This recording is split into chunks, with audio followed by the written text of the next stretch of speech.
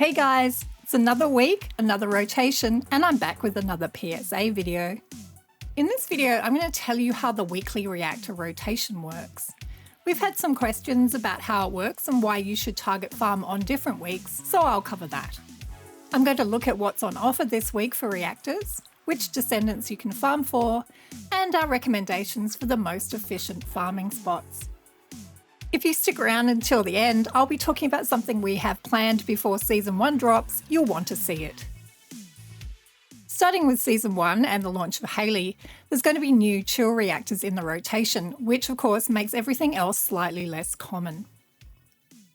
Okay, so before we get into the reactors that are on offer this week, we've seen a few comments asking actually how the rotation works on a week-to-week basis. This system can be a little confusing, so we'll explain how it works really quickly. Every week, around the time we upload these videos, specifically at midnight on Tuesdays PST, the rotation will switch over to the next week's rotation. Now, this is important. The previous rotation does not move down. It's phased out entirely, meaning that instead of being on a 4-week rotation, like the in-game graphic implies, it's actually on a different schedule every week. Now, this doesn't mean that some reactors will never show up again. It just means that we won't have a set schedule to grind for them. So a given reactor combination may be in rotation 1 week, but it may not appear for up to 3 more. You can access the upcoming rotation menu in-game by opening the map, pressing F to view the difficulty level rewards tab, and then hitting V to open the all rewards rotation menu. Okay, so let's jump into it. Starting off, this week is a strange week for sure. If you haven't been grabbing reactors for those niche builds and variations, this is the week to do it. Our big winners this rotation are Yujin, Ajax, Kyle and Sharen. Also, we need to bring up Lepic and Esiemo as honourable mentions. We'll also cover some more descendants a little later in the video like Viessa and Freyna, who, due to their status as being the only chill and toxic characters at the moment, always have something to farm. So starting off with our non-attribute descendants first. Yujin has special rounds and fusion reactors dropping in the mountaintops in White Knight Gulch, which pairs perfectly with his bossing support builds that utilise his 4th ability, Hyper-Reactive Healing Ground. We've got a pretty strong feeling that future Colossi fights will follow a similar structure to Gluttony, where sustained DPS and team support are extremely valuable. And Yujin has been at the top of a lot of people's lists in these longer fights. The best mission to farm here in the mountaintops is the Barrier Deactivation mission, Borderline of Truth.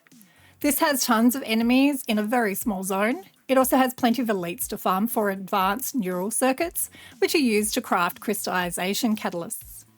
Kyle, Jayber and to a lesser extent Gley also have a great farm this week, with special rounds dimension skill reactors dropping in the classified area of the sterile land zone.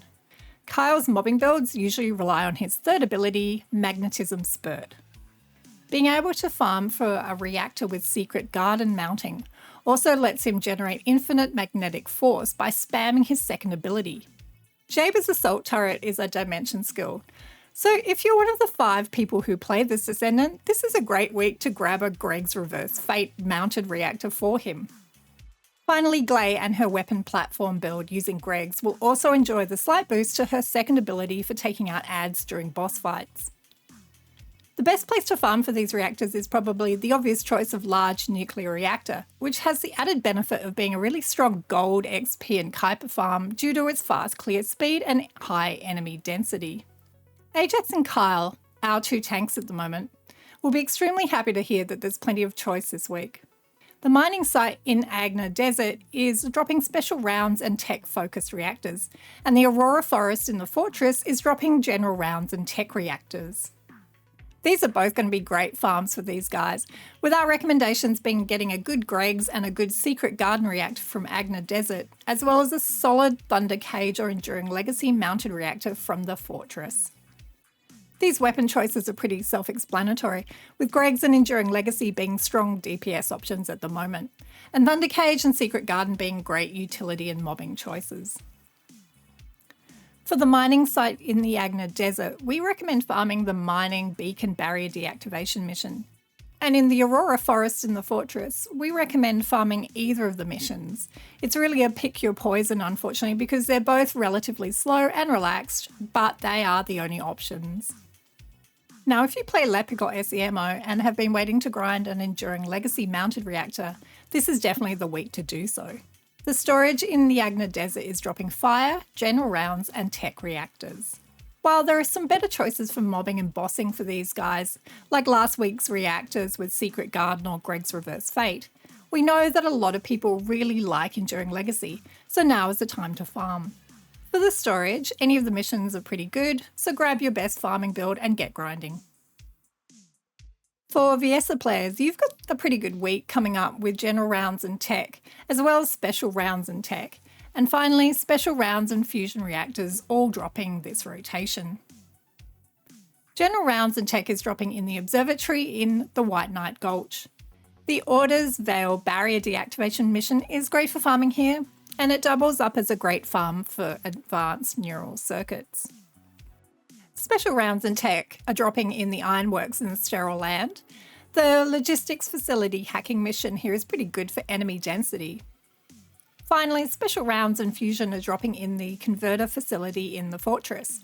Any of these missions are alright. Our recommendation is Giant Hangar or Central Control Unit. If you play Freyna, or you're looking to set up for Ultimate Freyna, this is an okay-ish week to do it. There's unfortunately no general rounds and tech reactors for Fallen Hope builds. But there is special rounds and tech for maybe some niche playstyles with potential ultimate mods that don't use Fallen Hope. These are dropping in the Muskeg Swamp in the Echo Swamp. Both the defense and multi-seizure missions here aren't great, so pick whichever one you find better. Also for Freyna, general rounds and dimension reactors are dropping in the Destruction in Kingston. We'd recommend farming these just in case we see some major buffs towards Plague body armor's damage potential, but we're holding our breath on that, seeing as it's already a pretty powerful skill. And finally, Sharens who use sniper builds might be looking out for high impact rounds and fusion reactors, which are finally dropping this week after a short hiatus. These are dropping at the shipment base in White Knight Gulch. For more general Sharen play, even if you're just using her to run outposts, you're going to want to grab a general rounds and fusion reactor, which are dropping at the derelict covert in Echo Swamp. Most of these missions are pretty good. The outpost here isn't that bad either to farm because from memory it drops ultimate bunny parts and energy activators. Our full Season 1 prep checklist will be coming out a little later this week. Now this is going to outline pretty much everything that you'll want in the lead up to Season 1, just in case we have another Kyle one-shot scenario this time around. We want you guys to be prepared to jump in, grind out everything that you ever want, and get cracking on some crazy new builds and farm methods that we'll be sure to update you on when they come around. This is going to be a big one, so to be sure you don't miss it, double check that you've subscribed down below. Also, while you're down there, like the video. And let me know in the comments below what you're looking forward to most in Season 1. I'd love to hear about it. If you made it to the end of the video, thanks so much for watching, and I'll see you next time.